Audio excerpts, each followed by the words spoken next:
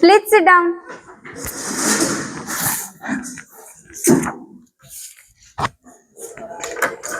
मैं आज दिनांक 8 अक्टूबर दिन बुधवार को सदन की कार्यवाही शुरू करती हूँ। संसद के इस मानसून सत्र में आप सभी का स्वागत है। अब नए सदस्य शपथ अथवा प्रतिज्ञान करेंगे। कुमारी खुशी जो हरियाणा के हिसार संसदीय क्षेत्र से निर्वाचित हुई है, अब शपथ अथवा प्रतिज्ञान करेगी।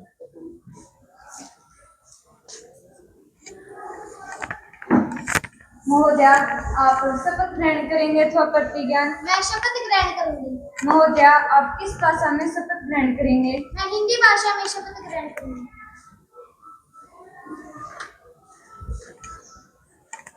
मैं खुशी जो युवा संसद की लोकसभा की सदस्य निर्वाचित हुई हूँ, ईश्वर की शपथ लेती हूँ कि विधि द्वारा स्थापित भारत के संविधान के प्रति श्रद्धा और निष्ठा रखूंगी, देश की प्रभुता और एकता को बनाए रखूंगी तथा जिस पद को मैं ग्रहण करने वाली हूँ उसके कर्तव्यों के प्रति श्रद्धापूर्वक निर्वहन करूंगी।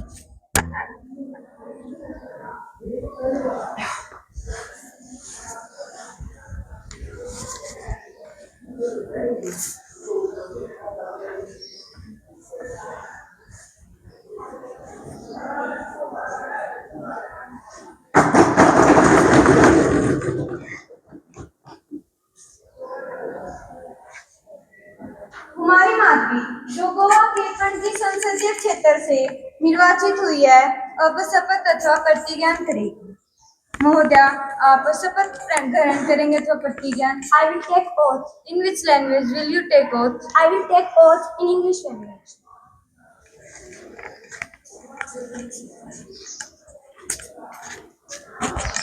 I, Madhvi, having been elected a member of the Youth Parliament, do swear in the name of God, solemnly affirm that I will bear true faith and allegiance to the Constitution of India.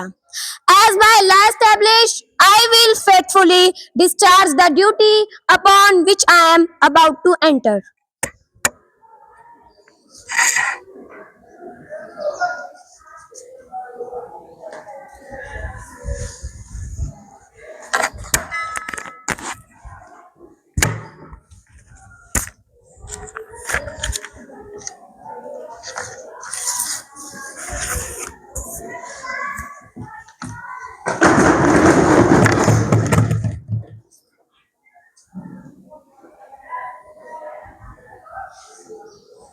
Ajay Kumar जो पंजाब के अमृतसर संसदीय क्षेत्र से निर्वाचित हुए हैं, अब शपथ अथवा प्रतिज्ञान करेंगे।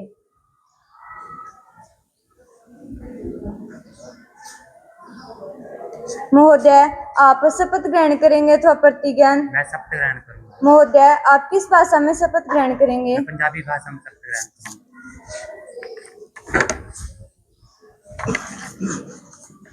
मैं अजय जो नौजवान संसद की लोकसभा का मैंबर नियुक्त होया हा, परमात्मा दी सौखा के कहंदा कि विधि द्वारा स्थापित भारत के संविधान के प्रति श्रद्धा ते विश्वास रखूंगा, देश की प्रभुसत्ता ते एकता नू बनाए रखूंगा ਅਤੇ जी सौदे ते मैं नियुक्त होने वाला हाँ उसकी साथ जिम्मेवारियां नू पूरी श्रद्धा नाल निभावांगा।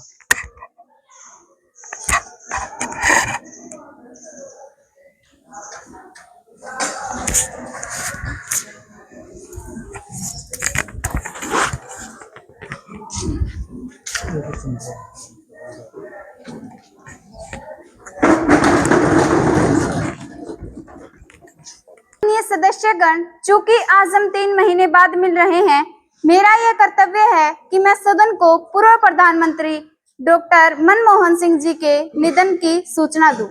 भारत के पूर्व प्रधानमंत्री डॉक्टर मनमोहन सिंह जी का 92 वर्ष की आयु में निधन हो गया। वे एक भारतीय अर्थशास्त्री और राजनीतिक थे जिन्होंने 2004 से 2014 तक भारत के प्रधानमंत्री के रूप में कार्य किया। उन्होंने पीवी नरसिम्हा राव की सरकार में वित्त मंत्री के रूप में कार्य किया और भारत को एक गंभीर वित्तीय संकट से बाहर निकालने के लिए उदारीकरण, निजीकरण और वैश्वीकरण पर केंद्रित आर्थिक सुधारों की शुरुआत की। डॉक्टर मनमोहन सिंह जी एक सच्चे विद्वान, कुशल प्रशासक और विनम्र व्यक्तित्व के धनी थे। उनका जीवन सादगी, सेवा और समर्पण की अद्भुत मिसाल है।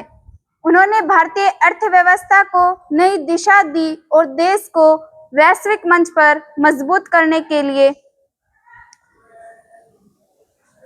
मैं उनके निधन पर गहरी संवेदना प्रकट करती हूँ तथा शोक संतप्त परिवार को संकट की घड़ी से उभरने की भगवान से प्रार्थना करती हूँ। माननीय प्रधानमंत्री जी,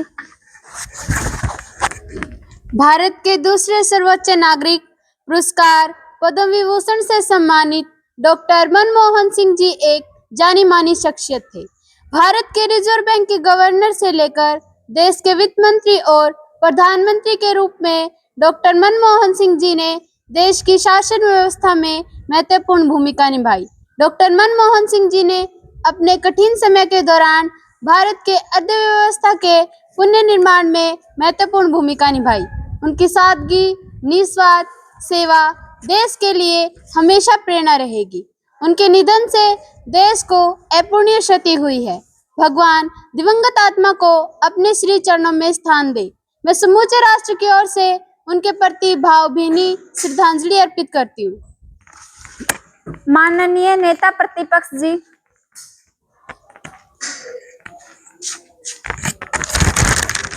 अध्यक्ष जी, मैं आप एवं सदन के नेता द्वारा दिए गए शोक प्रस्ताव में अपने आप को शामिल करते हुए कहना चाहता हूं कि जमाना लगा न सका उनके कद का अंदाजा, जमाना लगा न सका उनके कद का अंदाजा, वो आसमान था मगर सिर झुका के चलता था। डॉक्टर मनमोहन सिंह जी का निधन वास्तव में एक युग का अंत है। उन्होंने भारतीय अर्थव्यवस्था को एक नई गति दी है। देश ने एक ऐसा नेता खो दिया है जिसकी कमी भारतीय राजनीति में हमेशा खलती रहेगी। मैं समुचे पक्ष की तरफ से उन्हें भावभीनी श्रद्धांजलि अर्पित करता हूं। आप सभी 2 मिनट का मौन धारण करेंगे।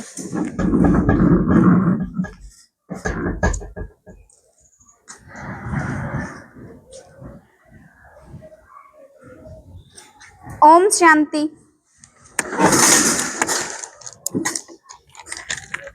महासचिव जी, शोक संदेश की एक प्रति शोक संतप्त परिवार को भेज दी जाए। जी अध्यक्ष महोदया। माननीय प्रधानमंत्री जी, सदन के नए मंत्रियों का परिचय करवाए। माननीय प्रधानमंत्री जी। कुमारी आशा उद्योग मंत्री, कुमारी निशु रेल मंत्री,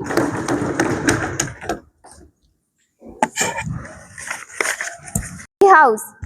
I have great pleasure in extending our warm welcome to His Excellency Kumari Divya, Speaker of Bangladesh Parliament Delegation, who are on a visit to India, are our honored guests.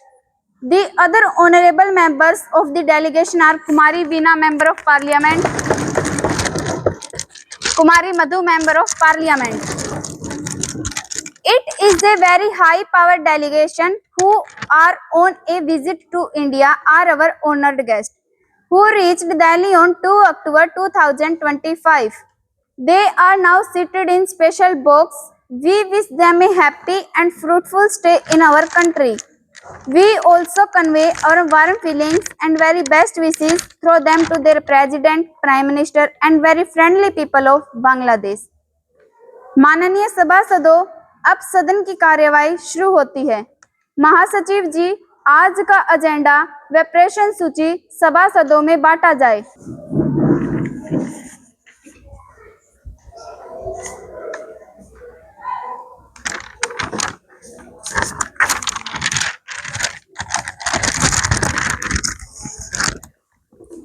अब प्रेषण काल आरंभ होता है।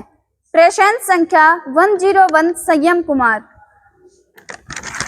माननीय अध्यक्ष महोदया जी, मैं देश के प्रधानमंत्री जी से पूछना चाहता हूं कि हाल ही में जम्मू कश्मीर के पहलगांव में हुए आतंकी हमले के समय लोगों की सुरक्षा में लगे सुरक्षाकर्मी कहां थे। हैरानी इस बात की है कि आतंकवादी बेखौफ होकर घाटी में आते हैं, देश के लोगों को मारते हैं और लौट जाते हैं। सत्ता दल सब विज्ञापन में मस्त है, जबकि सारा देश त्रस्त है। अध्यक्ष जी, यह हमला दरअसल उन लोगों पर नहीं था, यह हमला हमारे देश के कुंदोते राष्ट्रीय सुरक्षा तंत्र पर था। अध्यक्ष महोदया, जम्मू कश्मीर में धारा 370 हटाए हुए आज 5 साल से अधिक समय हो गया है, लेकिन आतंकवादी घटनाएं लगातार बढ़ रही है। 5 साल पहले जब धारा 370 को हटाया गया, नोटबंदी की गई तथा जीएसटी लागू किया गया, तब सत्ता दल द्वारा इस सदन के माध्यम से चीख चीख कर देश को बताया गया कि इससे आतंकवाद की कमर टूट जाएगी, आतंकवादी संगठनों की फंडिंग बंद हो जाएगी, आतंकवाद व पत्थरबाजी की घटनाएं नहीं होगी और देश का कोई भी नागरिक जम्मू कश्मीर में जमीन खरीद कर शांति से रह सकता है। यह हमला सरकार के उन झूठे सपनों व वादों की पोल खोलता है। सरकार ने अपनी असफलता छुपाने के लिए सेना की तैयारी का जायजा लिए बिना पूरे देश को युद्ध की आग में झोंक दिया। ऐसे कठिन समय पर पूरा विपक्ष व देश के लोग सरकार के साथ थे और आगे भी इस तरह का कोई संकट देश पर आएगा तो हम फिर से आपके साथ खड़े मिलेंगे। हमें हमारी भारत के सेना के पराक्रम व वीरता पर गर्व है। हमारी सेना विश्व की सबसे शक्तिशाली सेना है। फिर ऐसा क्या हुआ कि बिना अंजाम तक पहुंचे ही युद्ध को रोकना पड़ा? अध्यक्ष जी, पूरा देश माननीय प्रधानमंत्री जी से जानना चाहता है कि हमले के समय लोगों की सुरक्षा में लगे सुरक्षाकर्मी कहां थे? हमला करने वाले चारों आतंकवादियों को अब तक पहचान कर पकड़ा क्यों नहीं गया? जब हमारी सेना पाकिस्तान से जीत रही थी तो बिना पाक अधिकृत कश्मीर यानी पीओके को लिए बिना वापस क्यों लौट गई?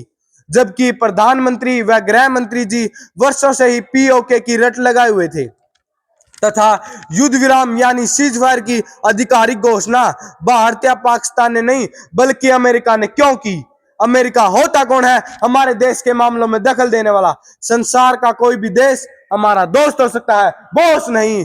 माननीय प्रधानमंत्री जी, इस संबंध में अपनी स्थिति स्पष्ट करें।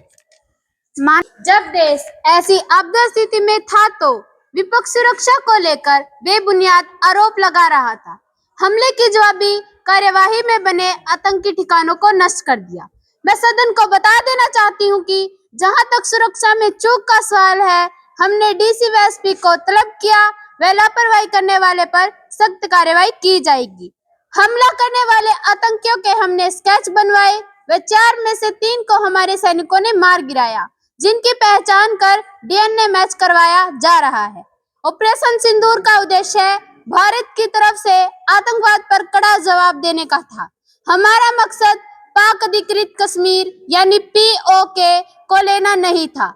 जहां तक सीज फायर की बात है, भारत ने साफ कहा है कि पाकिस्तान सेना की तरफ से भारत के डीजीएमओ को फोन किया गया और सीज फायर की बात हुई। इसमें किसी तीसरे व्यक्ति या देश ने दखल नहीं दिया। कुमारी खुशी। माननीय अध्यक्ष महोदया जी, मैं आपके माध्यम से कृषि मंत्री जी को बताना चाहती हूँ कि किसान देश की रीढ़ है। देश की अर्थव्यवस्था में किसानों का महत्वपूर्ण योगदान है।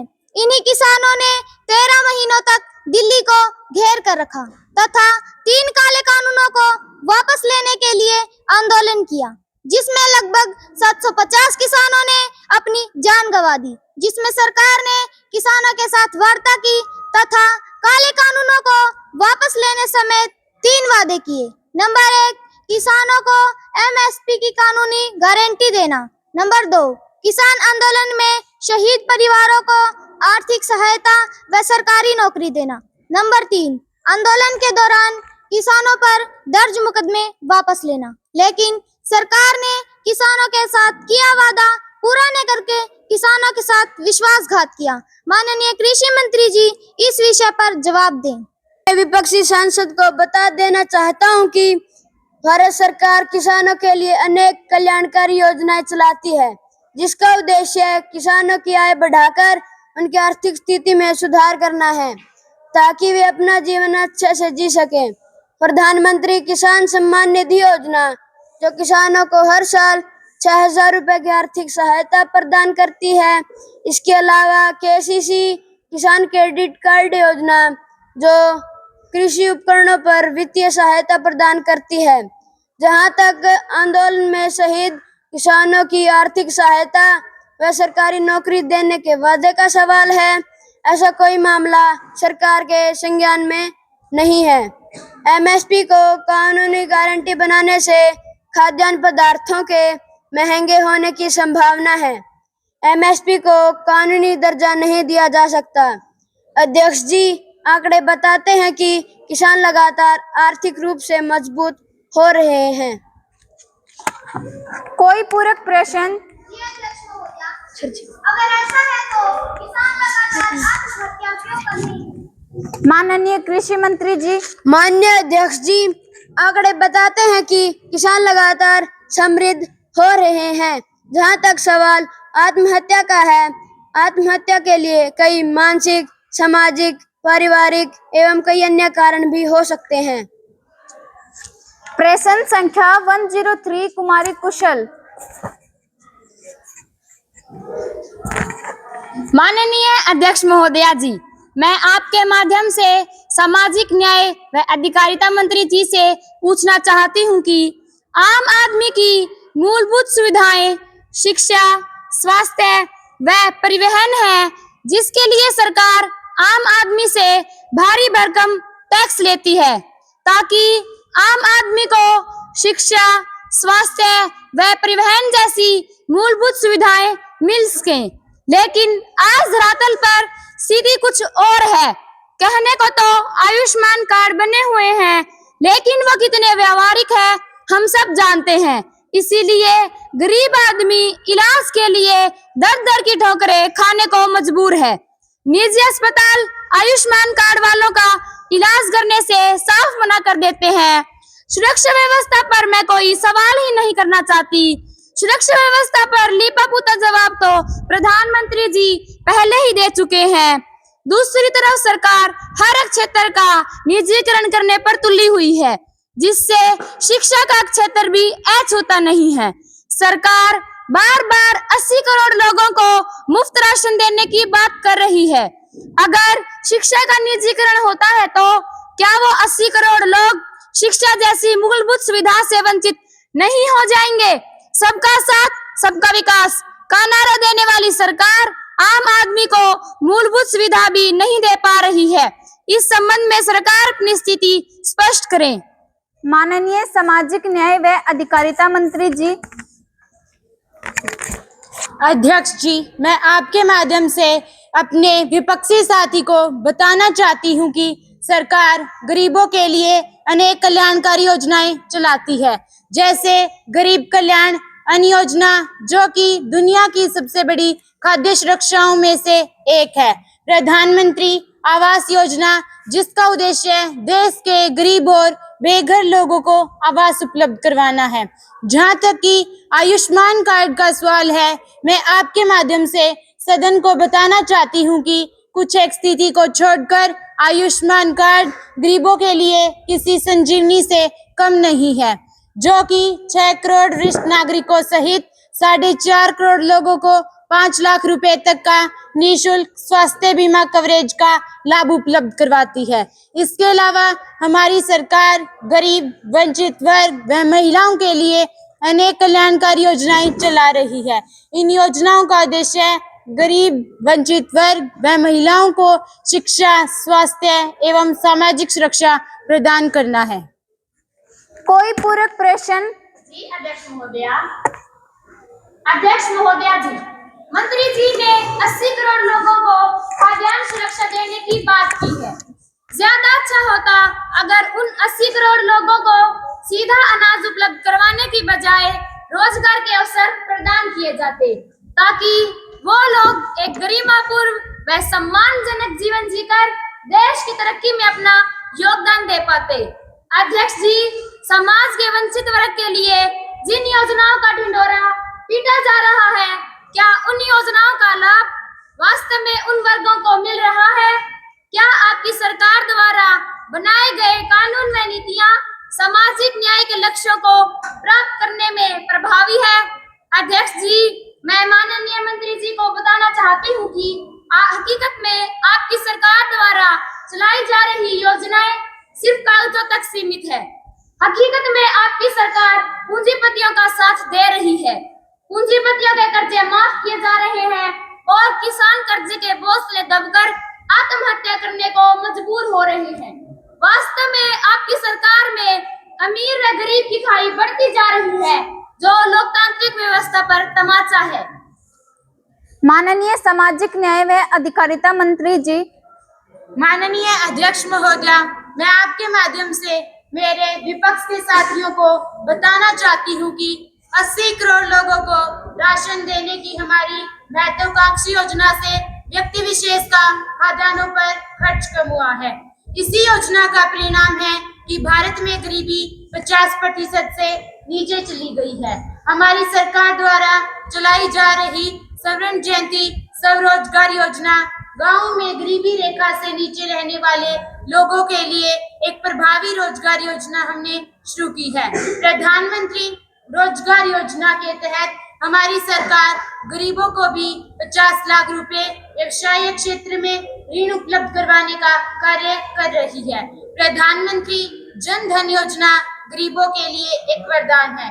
इस योजना ने गिनीज वर्ल्ड रिकॉर्ड बनाए हैं। हमारी अनेक योजनाओं ने गरीब व अमीर के बीच की खाई को कम करने के लिए भरसक प्रयास किए हैं। प्रश्न संख्या 104 अंकुश कुमार। अध्यक्ष महोदया जी, मैं आपके माध्यम से माननीय स्वास्थ्य मंत्री जी से पूछना चाहता हूं कि साल 2021 में जब कोरोना की दूसरी लहर आई तो लोगों को इलाज के लिए अस्पताल उपलब्ध नहीं हुए। लोगों ने फुटपाथ व गैलरियों पर अपना इलाज करवाया। लाखों लोगों की जान ऑक्सीजन की कमी के कारण चली गई।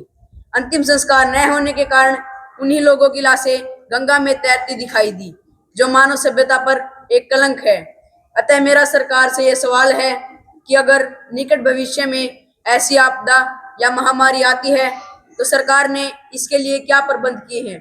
कितने नए ऑक्सीजन प्लांट लगाए, कितने लैब व बेडों की व्यवस्था की गई है? माननीय स्वास्थ्य मंत्री जी इस विषय में अपना जवाब दें। माननीय स्वास्थ्य मंत्री जी। माननीय अध्यक्ष महोदया जी, मैं अपने विपक्षी सांसद को बताना चाहती हूँ कि कोरोना की दूसरी लहर से सबक लेते हुए सरकार इस विषय पर काफी गंभीर है।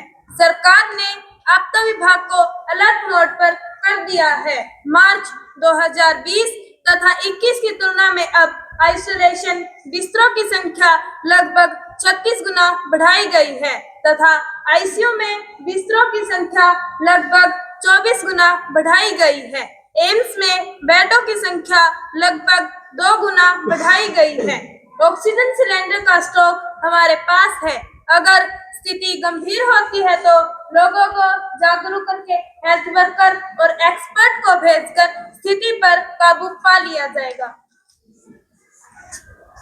अब शून्यकाल आरंभ होता है। कुमारी कंचन। माननीय अध्यक्ष महोदया जी, मैं आपके माध्यम से महिला एवं बाल विकास मंत्री जी से पूछना चाहती हूँ कि माननीय प्रधानमंत्री जी ने बेटियों के उत्थान के लिए बेटी बचाओ बेटी पढ़ाओ का नारा दिया, लेकिन आज बेटियों पर होने वाले अत्याचारों के आंकड़े चौंकाने वाले हैं। पिछले 6 वर्षों में जो यौन शोषण एवं दुष्कर्म की घटनाएं घटी हैं, उसमें सत्ता पक्ष के लोगों का जवाब व आचरण मर्यादा के अनुकूल नहीं रहा।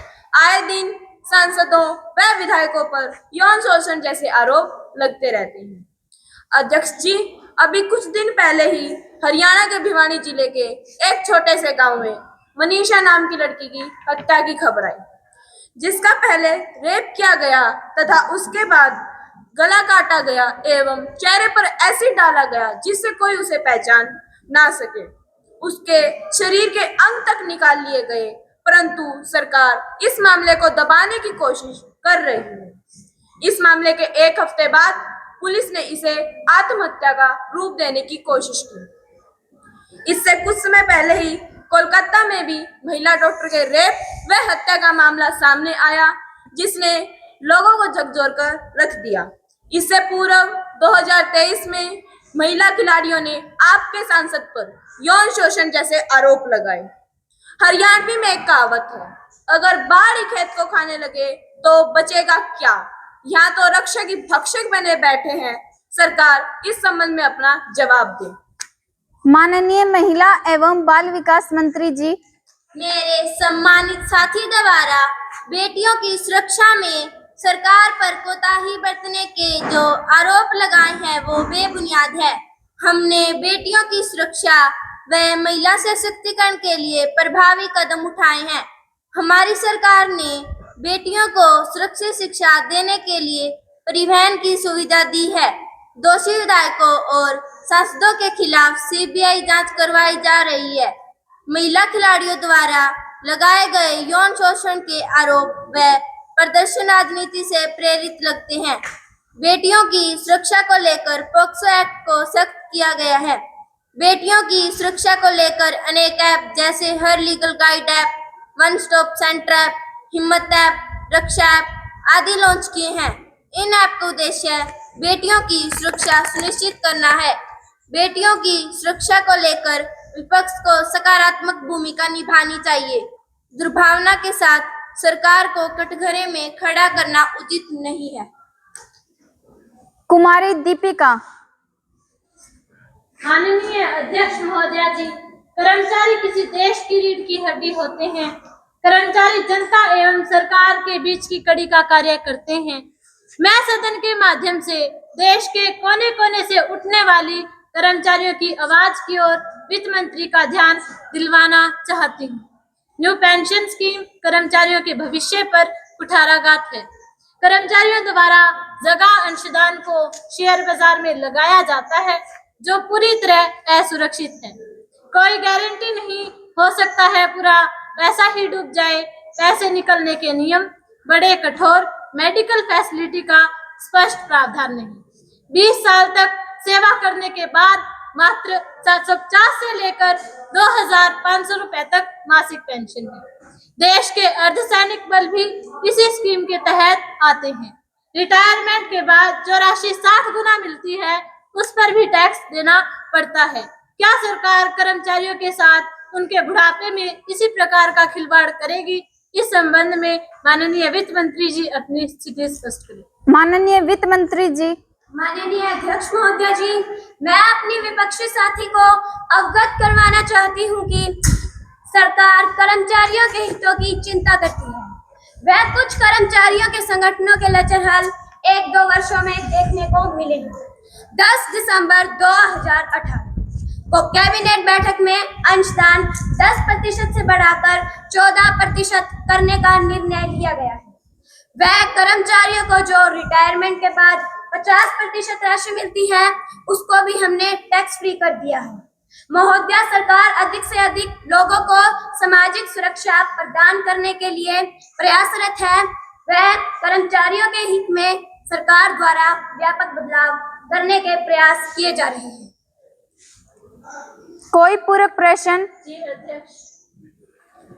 अध्यक्ष महोदया जी, माननीय वित्त मंत्री जी द्वारा पेश किए गए आंकड़े मात्र एक लिपापोती है। गत वर्ष में जितने भी कर्मचारी रिटायर हुए हैं उनकी पेंशन 1250 रुपए तक बनी है। क्या इतनी सी पेंशन में कोई व्यक्ति 2 वक्त की रोटी तथा बुढ़ापे में होने वाली बीमारियों का खर्च वहन कर सकता है? अध्यक्ष जी, पहले जैसे सरकार एनपीएस के फायदे गिनवाती थी, अब ठीक यूपीएस के फायदे गिनवाना शुरू कर दिया है।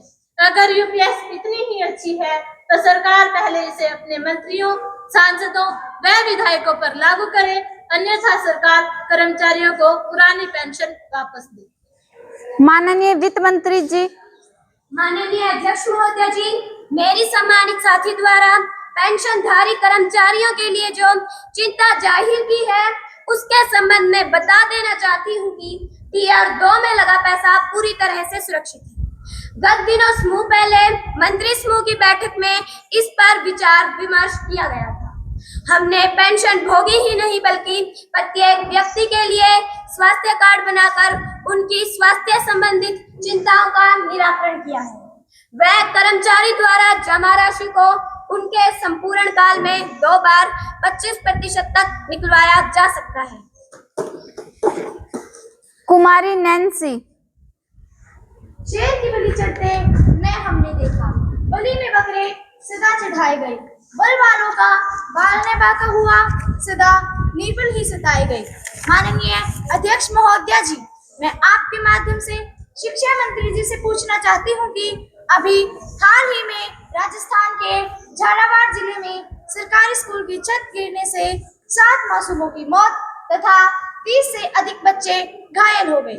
दूसरी ओर उत्तर प्रदेश में जहां 30,000 स्कूलों को बंद करने का फरमान जारी किया है तथा 30,000 से अधिक शराब के नए ठेकों का लाइसेंस जारी किया है। महोदया, मैं आपके माध्यम से पूछना चाहती हूँ कि देश में शिक्षा जैसी मूलभूत सुविधाओं का निजीकरण क्यों किया जा रहा है? युवाओं को नशे की दलदल में धकेलकर शिक्षा से दूर क्यों किया जा रहा है? माननीय शिक्षा मंत्री जी, इस विषय पर जवाब दें। माननीय शिक्षा मंत्री जी। माननीय अध्यक्ष महोदय जी, मैं आपके माध्यम से अपने विपक्षी सांसद को बताना चाहती हूँ कि हमने जर्जर भवनों को गिराने एवं मरम्मत हेतु राज्य सरकार को निर्देश दिया था, परंतु स्थानीय प्रशासन की लापरवाही के चलते ये हादसा हुआ। हमने स्थानीय प्रशासन को निर्देश दिया है कि वह इस मामले की जांच करे व दोषियों के खिलाफ कड़ी कार्यवाही करे। जहां तक स्कूल बंद करने का सवाल है, सिर्फ कम छात्र संख्या वाले स्कूलों को नजदीकी स्कूलों में मर्ज किया जा रहा है। आवश्यक दस्तावेज सदन के पटल पर रखे जाएं। महिला एवं बाल विकास समिति की रिपोर्ट सदन के पटल पर रखी जाए।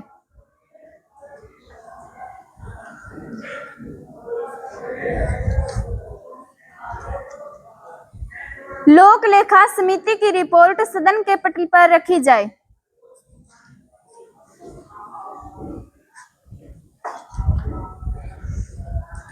अब कुमारी कुशल ध्यानाकर्षण प्रस्ताव पेश करेंगे। माननीय अध्यक्ष महोदया जी, एक देश एक निशान, एक देश एक विधान, एक देश एक संविधान का नारा देकर सत्ता में आने वाली सरकार के रक्षा मंत्री जी का ध्यान में सेना में भर्ती के लिए लाई जा रही अग्निवीर योजना की ओर आकर्षित करना चाहूंगी। अध्यक्ष महोदया जी, यह योजना देश की सेना को बांटने व कमजोर करने की योजना है। इस योजना के तहत सेना में 2 तरह के जवान होंगे। एक वो जो 58 वर्ष तक भारत माता की रक्षा करेंगे, शहीद होने पर शहीद का दर्जा मिलेगा व पुरानी पेंशन समेत अन्य लाभ मिलेंगे। दूसरी तरफ वो सैनिक होंगे जो 4 साल के लिए सेना में रहेंगे। उन्हें न कोई पेंशन मिलेगी न पूर्व सैनिक का दर्जा। सेना के जवान के लिए इससे बड़ी त्रासदी और क्या हो सकती है कि उसे शहीद होने का दर्जा ही नहीं मिलेगा। अध्यक्ष महोदया जी, यह योजना देश के युवाओं को अग्नि में झोंकने की योजना है। यह योजना सेना में भर्ती होने का सपना देखने वाले युवाओं के साथ धोखा है। अध्यक्ष महोदया जी, यह योजना अपने कुछ पूंजीपति मित्रों के एयरपोर्टों, बंदरगाहों, कंपनियों, कारखानों व गोदामों के लिए प्रशिक्षित सुरक्षाकर्मी व चौकीदारों की फौज तैयार करने की है। इस योजना से निकाले जाने के बाद बेरोजगार युवाओं का नक्सलवादी या आतंकवादी गतिविधियों में शामिल होने से राष्ट्रीय सुरक्षा को गंभीर खतरा पैदा हो सकता है। अतः मैं सरकार से मांग करती हूँ कि 1,80,000 पदों पर स्थायी भर्ती की जाए। मैं अंत में एक शेर के साथ अपनी वाणी को विराम देना चाहूंगी। वो पूर्वा की रवानी भूल जाते, वो चुनेर धानी धानी भूल जाते। वो पूर्वा की रवानी भूल जाते, वो चुनेर धानी धानी भूल जाते। जिस दिन जाती सीमा पर किसी नेता के बेटे की जान, वो अग्निवीर जैसी योजनाएं लानी भूल जाते। माननीय रक्षा मंत्री जी। माननीय अध्यक्ष महोदया जी, अग्निपथ योजना से देश की सुरक्षा को खतरा पैदा होने का जो आरोप मेरे विपक्षी साथी ने लगाया है, वो बेबुनियाद है। अग्निपथ योजना देश की सेना को बांटने की नहीं बल्कि जोड़ने की योजना है। इससे अधिक युवाओं को सेना में भर्ती होने का मौका मिलेगा। मान्यवर, मैं सदन को यह भी बताना चाहती हूँ कि सरकार अग्निपथ योजना में कुछ संशोधन पर विचार कर रही है। अग्निवीरों की उम्र सीमा 21 वर्ष से बढ़ाकर 23 वर्ष करने और 25% की बजाय 50% सैनिकों को स्थायी करने पर विचार कर रही है। ऑन ड्यूटी मृत्यु होने पर शहीद हुए अग्निवीर के परिवार को 48 लाख रुपए का बीमा कवर, 44 लाख रुपए की अनुग्रह राशि, 4 साल के कार्यकाल में बचे समय का पूर्ण वेतन और सेवा विधि दी जाती है। अब कुमारी खुशी विशेषाधिकार हनन प्रस्ताव सदन के पटल पर रखें।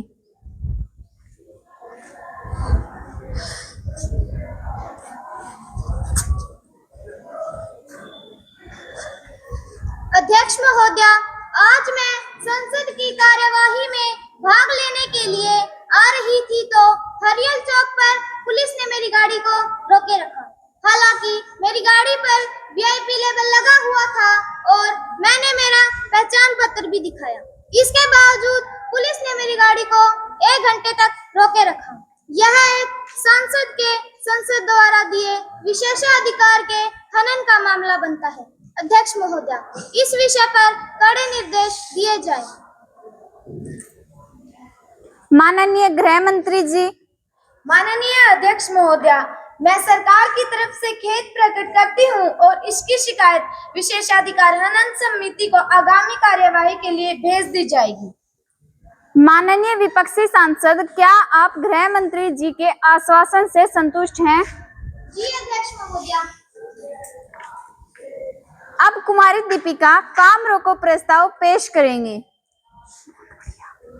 माननीय अध्यक्ष महोदया जी, मैं आपके माध्यम से भारत सरकार का ध्यान वर्तमान में आई बाढ़ की ओर दिला।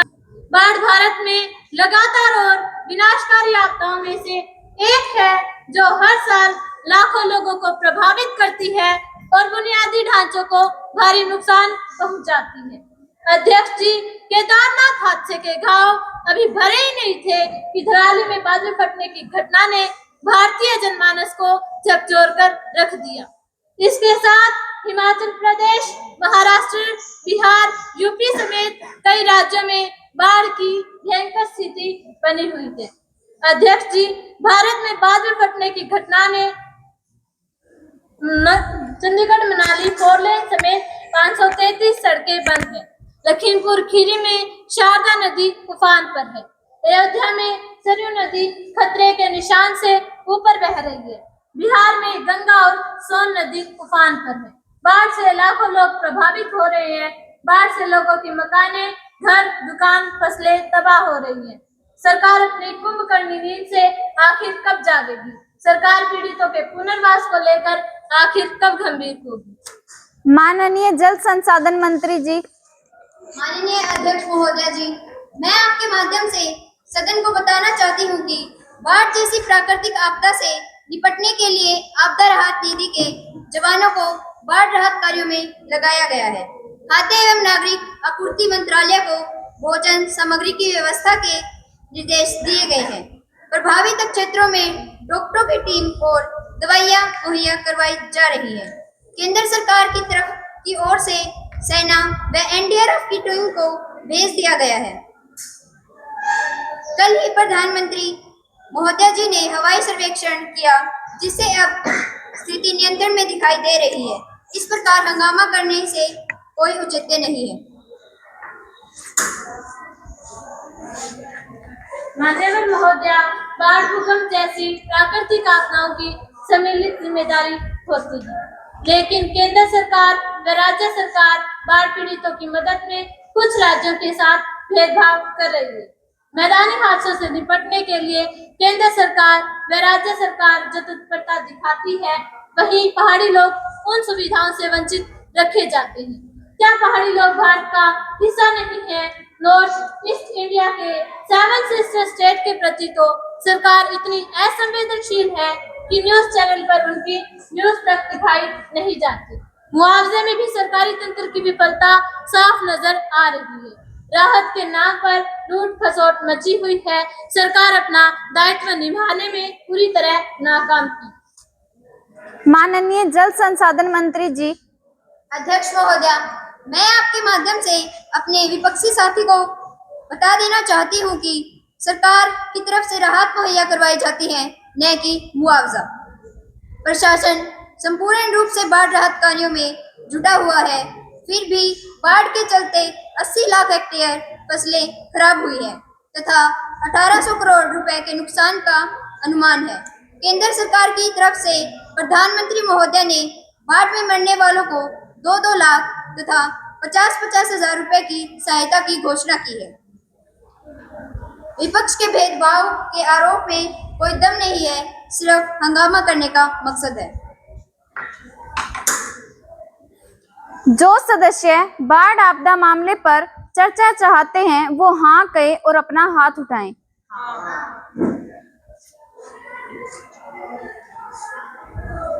अब जो चर्चा नहीं चाहते वह ना कहें और हाथ उठाएं।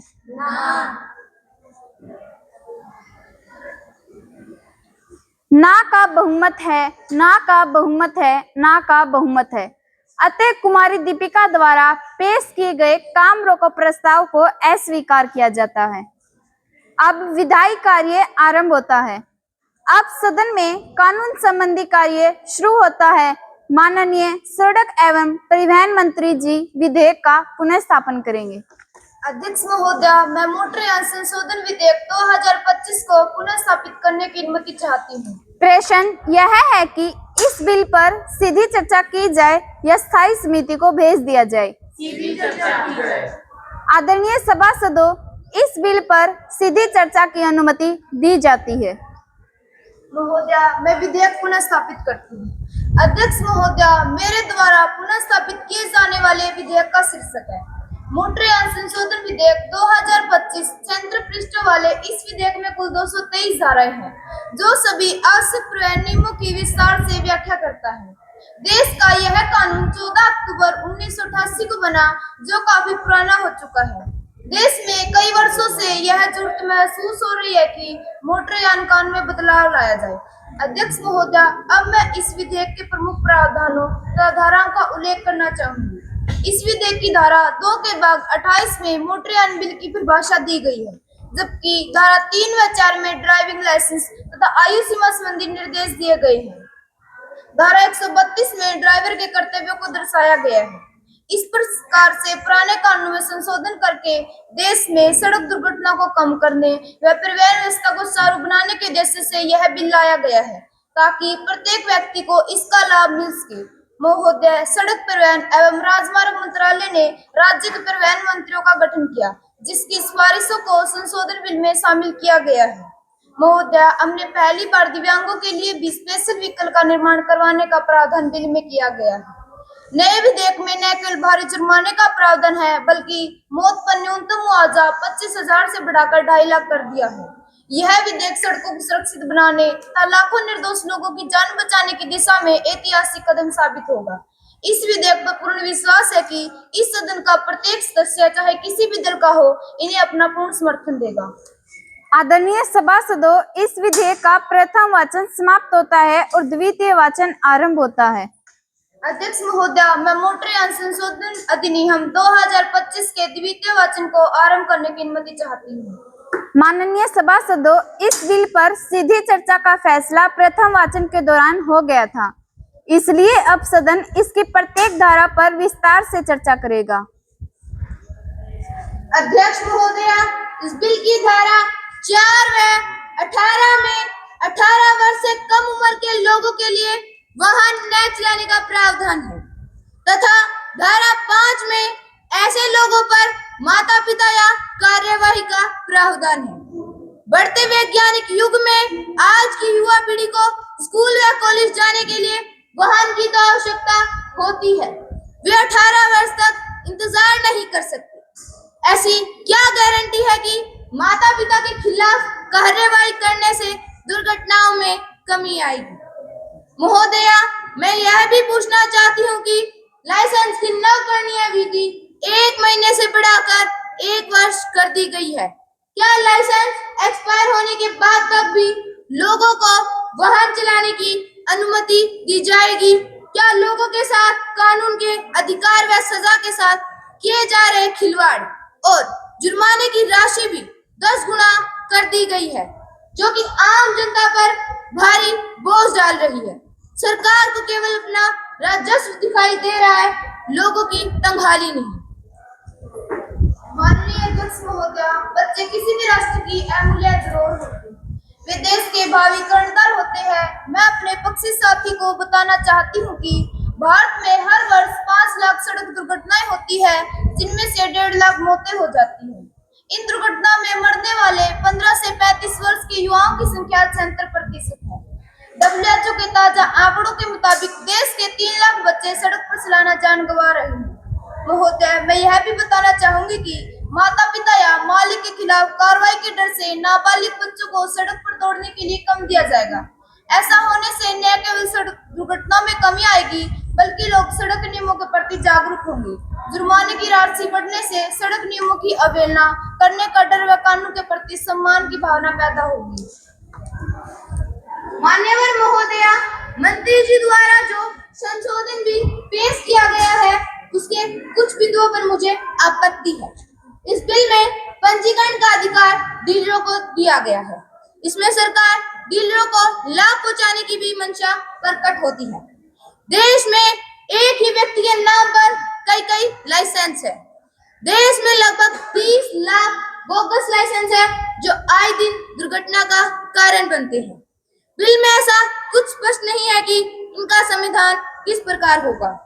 इस बिल के पास होने से राज्य तथा सरकार में टकराव के अंदेशे हैं। इससे राज्यों की सस्ती परिवहन सेवा का अधिकार भी छिनता नजर आ रहा है। मेरे पक्षी साथी द्वारा प्रकट की गई शंकाओं का निवारण करना चाहूंगी। प्रथम, डीलर वाहन का पंजीकरण तो करेंगे, लेकिन क्षेत्रीय परिवहन कार्यालय को इसका शुल्क भी अदा करेंगे। इसमें डीलरों को लाभ पहुंचाने जैसी कोई बात नहीं है, सिर्फ वाहन प्रयोगकर्ताओं को समस्या से छुटकारा दिलवाने के लिए ऐसा किया गया है। मेरे साथी द्वारा देश में बोगस लाइसेंस की चिंता जायज है, उसका स्वागत करती हूँ। ड्राइविंग लाइसेंस और वाहन पंजीकरण को आधार कार्ड व ई-गवर्नेंस से जोड़ने का प्रावधान भी बिल में किया गया है, जिससे बोगस लाइसेंस की समस्या खत्म हो जाएगी। लाइसेंस की जानकारी पूरे देश में ऑनलाइन उपलब्ध होगी। हमने बिल में अनिवार्य किया है कि ड्राइविंग टेस्ट पास करने के 3 दिन के भीतर लाइसेंस जारी होगा। इससे सिस्टम में पारदर्शिता बढ़ेगी व भ्रष्टाचार पर अंकुश लगेगा। तीसरे, मेरे पक्षी सांसद को राज्य से टकराए की जो बात मन में है, बताना चाहती हूँ कि 18 राज्यों के परिवहन मंत्रियों की सहमति से बिल का प्रचार हुआ है। केंद्र सरकार राज्यों के अधिकारों में कोई दखलंदाजी नहीं करेगी। यह राज्यों की इच्छा पर निर्भर होगा कि वे इस बिल को लागू करना चाहे या नहीं। इस बिल को संसद की स्थायी समिति एवं ज्वाइंट सिलेक्शन के पास ही भेजा गया था, जिसकी सिफारिशों को बिल में शामिल किया गया है। निश्चित रूप से सड़क परिवहन सुविधा क्षेत्र में यह बिल प्रभावी होगा। मान्यवर महोदया, सरकार तो ऐसे सपने दिखा रही है मानो बिल के पास होने से सड़क दुर्घटना में कमी होगी। सड़क की दुर्दशा भी ऐसी है कि पता नहीं चलता कि सड़क में गड्ढे हैं या गड्ढों में सड़क। सड़क बनने के साथ साथ ही उखड़नी शुरू हो जाती है। सरकार परिवहन में बढ़ोतरी की तो चिंता करती है, लेकिन दिन प्रतिदिन बढ़ रहे प्रदूषण पर जरा सा भी ध्यान नहीं है। दिनों दिन नई सड़कों के निर्माण में हजारों पेड़ पौधे काटे जा रहे हैं। सरकार का जो प्रत्येक नागरिक को स्वस्थ जीवन देने का कर्तव्य बनता है, सरकार उन्हीं लोगों के जीवन के साथ खिलवाड़ कर रही है। सरकार इन मुद्दों को लेकर जरा भी गंभीर नहीं है। मेरे साथी द्वारा पर्यावरण की चिंता करना तो जायज है, लेकिन जो सपने दिखाने की बात कह रही है, मैं बता देना चाहती हूँ कि जो लोग सपने दिखाकर उनको पूरा नहीं करते, उन्हें जनता बदल देती है, और जो पूरा करते हैं उन्हें दोबारा चुन लेती है। मान्यवर, मैं यह भी बताना चाहूंगी कि परिवहन व्यवस्था को अंतर्राष्ट्रीय मानकों के अनुरूप बनाने के लिए नए बिल में सड़क हादसों के लिए सड़क बनाने वाली कंपनी और इंजीनियरों की भी जवाबदेही तय की जाएगी। सड़क निर्माण में कटने वाले पौधों की जगह नए पौधे लगने के अभियान पर जोर दे रहे हैं, जिनको सुरक्षित रखने के लिए स्थानीय लोगों का सहारा लिया जा रहा है। महोदय, नागरिकों के जीवन को बचाने के लिए हम स्कूली शिक्षा पाठ्यक्रम में सड़क सुरक्षा शामिल कर स्कूल एवं कॉलेजों के छात्रों को प्रतियोगी परीक्षाओं तथा उनकी आदतों में सुधार करने पर गंभीर है।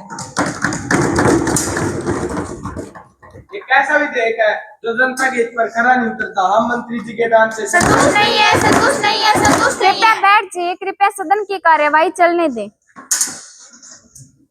अध्यक्ष जी, पूरा विपक्ष चाहता है कि माननीय प्रधानमंत्री जी इस बिल के बारे में अपना वक्तव्य दें। माननीय प्रधानमंत्री जी।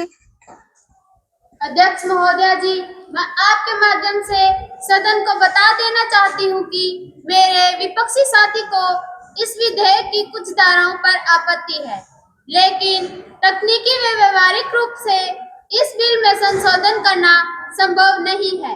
इस बिल के संविधान में सुरक्षा व सुविधा का ध्यान रखना पहला कर्तव्य है। मैं अपने भ्रमी साथियों को बता देना चाहती हूँ कि मोटर व्हीकल संशोधन बिल की भावना अति उत्तम है। इस बिल को लेकर राज्यों की जो चिंताएं हैं उन्हें शीघ्र ही दूर कर दिया जाएगा। इस बिल के पारित होने से न केवल सड़क सुरक्षा नियमों में बदलाव होगा, बल्कि देश का युवा खून भी सड़क पर बहने से रुकेगा। इसे लागू करने के लिए सरकार स्थानीय स्तर पर गंभीर प्रयास करेगी। अतः मैं विपक्ष से अनुरोध करती हूँ कि वे सकारात्मक सोच के साथ सरकार का सहयोग दे व उनके द्वारा दिए गए अमूल्य सुझावों को भी सरकार इसमें शामिल करने का प्रयास करेगी। अतः इस बिल को पास करवाने में सरकार का सहयोग दे, वैसे कानून बनने दे। माननीय सभासदों, इस विधेयक पर काफी लंबी चर्चा हो चुकी है, अतः इसकी चर्चा को यही विराम दिया जाता है। इसका तृतीय वाचन आरंभ होता है। माननीय अध्यक्ष महोदय, मैं मोटर व्हीकल संशोधन बिल 2025 के तृतीय वाचन को आरंभ करने की अनुमति चाहती हूँ। माननीय सभासदों, मोटर व्हीकल संशोधन बिल 2025 का तृतीय वाचन आरंभ होता है। महासचिव जी, मतदान की प्रक्रिया शुरू की जाए। जी अध्यक्ष महोदय। जो इस बिल के पक्ष में है वो हाँ कहें। हाँ। जो इस बिल के पक्ष में नहीं है वो ना कहें। हाँ का बहुमत है, हाँ का बहुमत है, हाँ का बहुमत है। अतः यह बिल 14 के मुकाबले 32 मतों से पास किया जाता है। महासचिव जी, इसे आगामी कार्यवाही के लिए ऊपरी सदन में भेज दिया जाए। जी अध्यक्ष महोदय। अब सदन की कार्यवाही को अनिश्चित काल के लिए स्थगित किया जाता है। अब सभी राष्ट्रीय गान के लिए खड़े हो जाएं। जन गण मन अधिनायक जया हे, भारत भाग्य विधाता।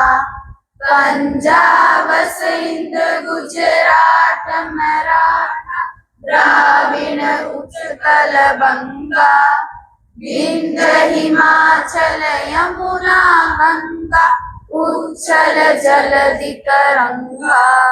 तब शुभ नामे जागे, तब शुभ आशीष मांगे, गाहे जब जय गाता। जन गण मंगल दायक जया हे, भारत भाग्य विधाता। जया हे, जया हे, जया हे, जया जया जया जया हे।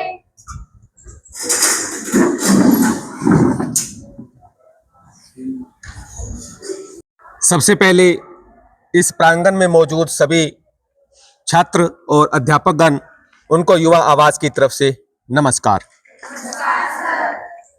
आज इस युवा संसद के रिहर्सल के दौरान मुझे इसकी कवरेज करने का जो मौका मिला है, मैं अपने आप को बहुत सौभाग्यशाली समझता हूं कि समय से पहले, क्योंकि मुझे पता लगा है कल आपका ये एक्चुअल में इम्तिहान है और आज आपकी रिहर्सल है। और एक कहा जाता है जब आगाज इतना अच्छा है तो अंजाम कैसा होगा, क्योंकि आपका जो कमांड थी, आपकी जो शब्दों के ऊपर कमांड थी, आपका जो बॉडी लैंग्वेज थी, वो बिल्कुल उसी तरीके की थी जिस तरीके की किसी पद पर बैठने वाले व्यक्ति की होनी चाहिए। बहुत अच्छा लगा। किसी भी प्रकार की कोई भी अड़चन आपके जो व्याख्यान है या आप जो बोलना चाह रहे थे उसमें नहीं थी, लेकिन थोड़ा सा मैं इसमें एक ऐड ऑन करता हूँ, अपने शब्दों को थोड़ा क्लियर कर लीजिए। थोड़ा सा कई चीजों में थोड़ा बहुत जो है ना शब्द इधर उधर हो रहे थे, थोड़ा उसका ध्यान रखिए, वरना इस संसद को मैं मानता हूं जितने मैंने कार्यक्रम देखे हैं, जितने अभी तक मैंने अटेंड किए हैं, उन सब में सबसे अच्छा सुव्यवस्थित तरीके से चलने वाला ये एक आपकी संसद रही है, और इसके लिए मैं आपको बधाई देता हूं और आपके अध्यापकों को भी बधाई देता हूं जिनके प्रयासों से ये सब संभव हुआ। और खासकर जो आपके प्रिंसिपल महोदय हैं मनोज छाबड़ा जी, और जो शिवाज साहब है, और भी अन्य जिनको मैं नहीं जानता, लेकिन सभी का योगदान बहुत है और इसके लिए मैं पुनः आपको बधाई देता हूं। और एक बात मैं आपको बता देता हूं, घर पर जाकर युवा आवाज न्यूज चैनल यूट्यूब पे, फेसबुक पे और इंस्टाग्राम पे ये देखना, ये पूरी कार्रवाई आपकी उस पे अभी थोड़ी देर में अपलोड हो जाएगी, और घर में जाके अपने परिवार को भी दिखानी है, और ज्यादा से ज्यादा क्या करना है, शेयर करना है। जोर की बोलो, शेयर करना है, ठीक है, लाइक करना है, कमेंट करना है, किसका आपको अच्छा लगा। ये लाइव अभी थोड़ी देर में आपके मोबाइल पर पहुंच जाएगी। तो मैं आपका बहुत बहुत धन्यवाद करता हूं, और सर का भी स्पेशल मैं धन्यवाद करता हूं कि वो यहाँ उन्होंने मुझे बुलाया और इतना मान सम्मान दिया। धन्यवाद।